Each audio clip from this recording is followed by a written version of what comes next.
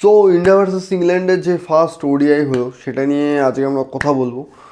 তো first time match নিয়ে কথা বলবো এবং তারপরে ঠিক আছে ম্যাচের শেষে একটা একটা এমন নিউজ বা একটা জিনিস শুনলাম, মানে সেটা শুনে ভাই লিটারালি খুবই খারাপ লাগলো জিনিসটা শুনে।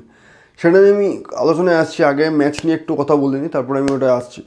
সেটা হলো ফার্স্ট অফ অল আমি এটা আগের মানে স্কোয়াডের আলোচনার টাইমে বলেছিলাম, ঠিক আছে, এর আগের ভিডিওটা গিয়ে দেখে আসতে পারো। সেটা হলো স্কোয়াডের আলোচনার টাইমে বলেছিলাম যে যেহেতু এটা চ্যাম্পিয়ন্স ট্রফির আগে লাস্ট মানে ওডিআই সিরিজ, সো এখানে ডিপেন্ড করছে যে তোমার পারফরমেন্সের উপরে তোমার দলের ফিউচার। সো এখানে মোটামুটি আর কি সবাই ভালোই পারফরমেন্স করেছে, ব্যাপক। শুধু পাওয়ার প্লেটা তোমার একটু মার খেয়ে গেছিলো ফার্স্টে, যেটা ফার্স্ট ইনিংসের পাওয়ার প্লে, ওইটাতে একটু বাজে মার খেয়ে গেছিলো। সেজন্য মনে হচ্ছিলো মানে ইজি 300-350 ইজি উঠবে ইংল্যান্ডের জন্য। সো সেটার পরে যেই দুটো ওপেনারে খেলতো, তারপরে তোমার বাটলার বেথেল এরা দুজন যা একটু ধরলো, তাছাড়া সেরকম এফেক্টিভ হতে পারেনি। সো পাওয়ার প্লে তো মানে একেবারে জলের মতো রান বেরিয়েছে, মানে ইজি চার মারছে, ইজি চার, মানে মনে হচ্ছে মাঠ পুরো ফাঁকা। সো এখানে ইংল্যান্ড ভালো খেলেছিল, তারপরে যে সেই যে বেরোলো, মানে বেরিয়ে গেল আর কি মানে গেম থেকে, সে ইংল্যান্ডের, হ্যাঁ বলা যায় ইন্ডিয়ার পাওয়ার প্লে তো ইংল্যান্ড ভালো করেছে, অ্যাভারেজ একটা করেছে, খারাপ করিনি যখন ইন্ডিয়া পাওয়ার প্লেতে ব্যাট করছিল, কিন্তু তারপরে আর ইংল্যান্ড খুবই খারাপ হলো। সো যাই হোক, ইন্ডিয়ার বোলিং নিয়ে যদি আমরা আসি, সো বোলিংয়ে আজকে হর্ষিত রানার ডেবিউ হলো। হর্ষিত রানার ওডিআই ডেবিউটাও ভালো।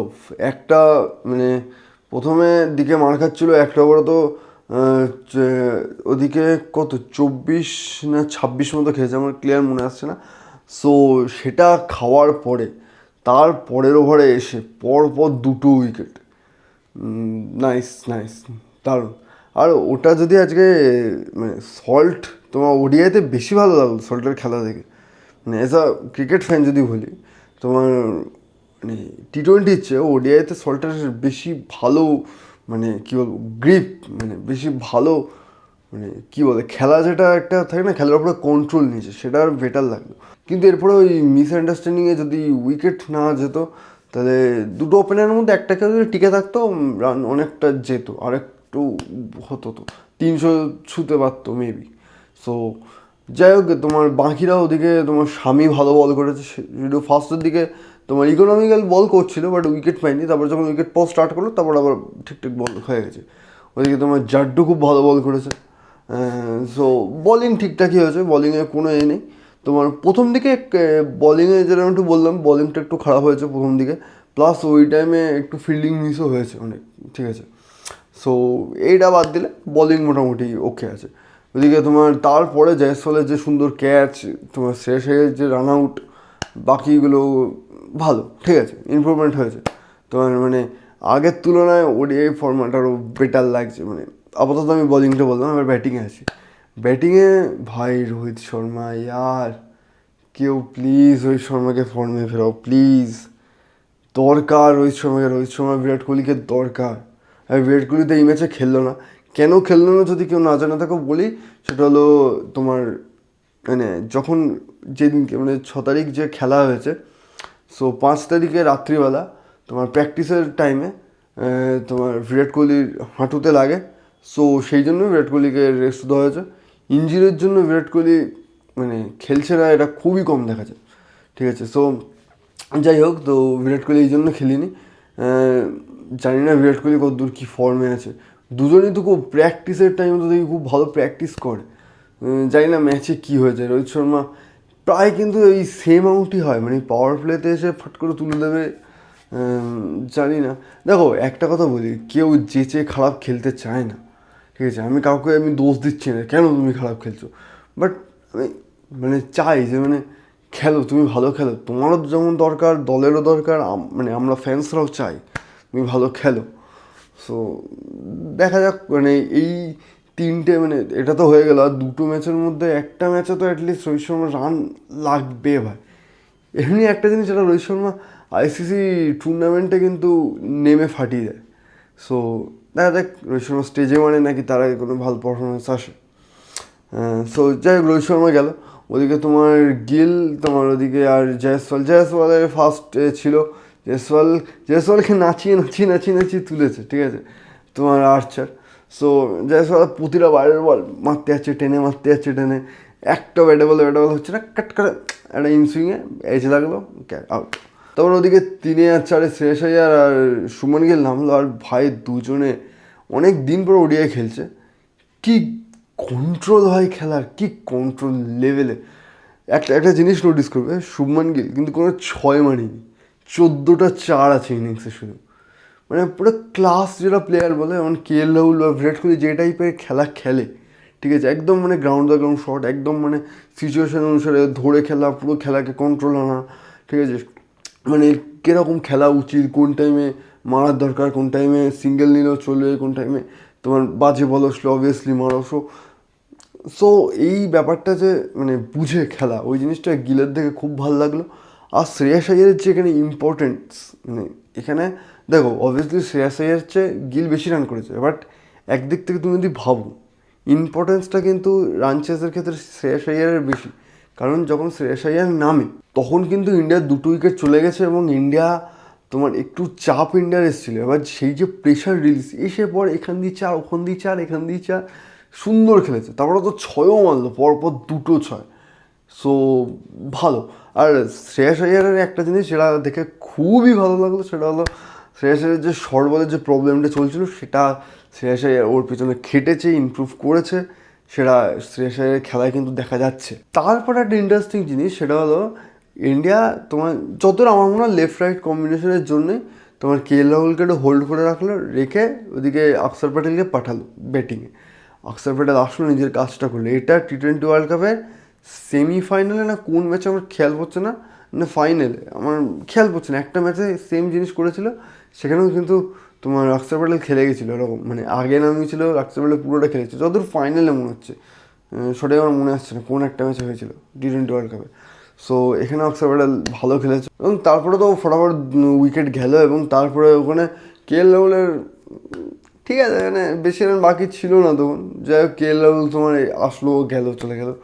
সো তারপরে হার্দিক আর জাডেজা অ্যাটলিস্ট এরা দুজনে শেষে নট আউট ছিল, এবং এরা ম্যাচ ফিনিশটা করে এলো, ঠিক আছে। এই মোটামুটি তোমার ফার্স্ট ম্যাচ, পুরো ফুল ম্যাচ 2 ইনিংস মিলিয়ে দেখলে ভাই ইন্ডিয়ার ভালো লাগছে বেশ দেখে, দলটাকে দেখে ভালো লাগছে যে না সবাই নিজের খেলাটা খেলছে, সবাই ঠিকঠাক ফর্মে আছে। শুধু রোহিত শর্মাকে নিয়ে একটু চিন্তা আছে, যে বিরাট কোহলি আবার পরের ম্যাচে আসলে এদের দুজনের চিন্তা, কারণ এরা সিনিয়র প্লেয়ার, এদের উপর একটা দায়িত্ব থাকে, যতই ভালো মানে অন্যরা ভালো খেলুক এদের উপর একটা দায়িত্ব কিন্তু থাকে। তাও এটা নয় বাইলেটারাল সিরিজ চলছে, মানে বড় মঞ্চে কিন্তু বড় প্লেয়ারদেরই দরকার হয়।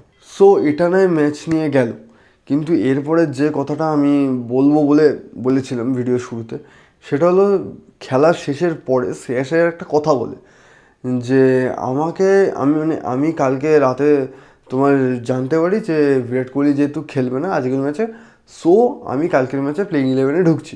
তার আগে আমার প্লেইং 11-এ ঢোকার কোনো গ্যারান্টি নেই। আমি ফানি ভিডিও দেখছিলাম না কি সিনেমা দেখছিলো, কেটা বলছিল এটা মানে ম্যাচের পরে কিন্তু শ্রেয়াস আইয়ার কথাটা বলেছে। তাহলে তুমি একটা কথা ভাবো, শ্রেয়াস আইয়ারের আজকে মানে ফার্স্ট ওডিআই খেলার কোনো গ্যারেন্টি ছিল না, প্লেইং 11-এ ছিল না, বিরাট কোহলি শ্রেয়াস আইয়ারের জায়গায় ছিল। তাহলে তুমি যদি জয়সওয়াল আর গিলকে যদি খেলাও, তাহলে যেখানে গিল তোমার ভাইস ক্যাপ্টেন, সো গিল তোমার ওপেনিংয়ে ফার্স্ট চয়েস, ওকে। তাহলে তুমি সেখানে তুমি যদি বিরাট কোহলি আজকে থাকতো, তাহলে বিরাট কোহলি যদি 3-এ নামতো, তাহলে কি তুমি জয়সওয়ালকে 4-এ দিতে নাকি গিলকে 4-এ দিতে? কেন এই এক্সপেরিমেন্ট করার কী মানে ভাই, যেখানে তোমার 4 নম্বরের প্লেয়ার আছে এবং সে ফর্মে আছে, সে খেলার মানে তার মানে যে খামতি বা যে ভুল ছিল তার উপরে কাজ করেছে, সে তোমার ডোমেস্টিক খেলেছে, সেখানে ভালো পারফরমেন্স করেছে। সো তোমার একদম মানে বানানো জিনিস আছে, তুমি শুধু জাস্ট জায়গায় রেখে দাও, তুমি সেখানে কেন এক্সপেরিমেন্ট করছো? মানে যেখানে একটা প্লেয়ার তোমার এখানে এত সে খাটছে, সে নিজের উপরে খাটছে, তুমি তাকে আমি মেনে নিলাম আজকে বিরাট কোহলি সুস্থ থাকতো, তাহলে শ্রেয়াস আইয়ার খেলতো না। তাহলে তুমি যেখানে একটা প্লেয়ার নিজে তোমার খেলার উপরে কাজ করছে, সে নিজেকে ইমপ্রুভমেন্ট করছে, সে তোমার নিজের উপরে ফুল কাজ করছে, তুমি তাকে তাহলে কী মেসেজ দিচ্ছ? এমন কিন্তু না যে তোমার তোমার অপশান আছে, দ্বিতীয় অপশান এর চেয়েও বেটার অপশান আছে যে তুমি শ্রেয়াস আয়ারকে বাদ দিয়ে খেলতে পারবে। তাহলে তুমি এখানে তোমার প্লেয়ারকে কি তুমি মেসেজ দিচ্ছ যে তুমি তোমার কাজ করতে থাকো, আমার যদি মন হয় তুমি প্লেইং 11 চান্স দেবো, মন না হলে দেবো না। এইবারে আজকের ইনিংস খেলার পরে, হ্যাঁ এর পরের ম্যাচে হয়তো শ্রেয়াস আয়ারের তোমার পার্মানেন্ট হতে পারে, শ্রেয়াসে যেহেতু ভালো খেলেছে। এবার হয়তো জয়সওয়াল বেরোতে পারে, এটাই উচিত, যেহেতু জয়সওয়াল ফার্স্ট চয়েস না এখনও অবধি, মানে ওডিআইতে ফার্স্ট চয়েস না। সো গিলকে দিয়ে ওপেন করা তোমার তো সেট ভাই, প্রথম 5-6 জন তো সেট। কেন ঘাঁটছো তুমি, কেন ঘাঁটছো? মানে আজকে যদি বিরাট কোহলি খেলতো তাহলে তো ভাবো কত ঘেঁটে যেত জিনিসটা। শ্রেয়াস আয়ারকে চান্স দেওয়া হতো না, তারপর তোমার গিয়ে হয়তো দুম করে কোনোটা ম্যাচে চান্স দিল, যদি ভালো খেলতো তো ভালো, না খেললে গেল। মানে একটা প্লেয়ার যেখানে ভালো খেলছে, সে নিজের ওপরে ইমপ্রুভমেন্ট করছে, সবই তো ভালো, তাহলে তুমি কেন, কি সমস্যা কি তোমার? এরকম তুমি যদি একটা কোনো প্লেয়ারের উপরে তুমি মেন্টালি এরকম তুমি যদি একটা কিছু করো, তাহলে সে তো ভাই মানে আলটিমেটলি সব কিছু করেও তার কাছে কিছু মানে তার কিছু মানে পাচ্ছে না সে, এটা তার সাথে নাইনসাফি হচ্ছে না। তো যাই হোক এই জিনিসটা শুনে আমার লাস্টে খুব খারাপ লাগলো। সো যাই হোক এরপর আশা করি ইন্ডিয়ায় শ্রেয়াস আয়ারকে অ্যাটলিস্ট বাদ দেওয়ার কথা ভাববে না। আর গিলেরও যেটা তোমার দরকার ছিল, গিলও আস্তে আস্তে হচ্ছে ভালো। চলো শুধু এবার রোহিত আর বিরাট একটু ফর্মে এসে যাক, বাকি মোটামুটি পান্ত তো অনেক দিন পর ওডিআই খেলবে যখন খেলবে। সো পান্ত দেখা যাক, পান্তের কথা পরে আসছে, বাট দেখা যাক বাকিরা কী করে। বাকিরা মোটামুটি ভালো খেলছে, শুধু ওদের দুজনকে একটু ফিরতে হবে ভাই ফর্মে, তাহলে একটু ভালো টিম নিয়ে আমরা এন্ট্রি মারতে পারবো চ্যাম্পিয়ন্স ট্রফিতে।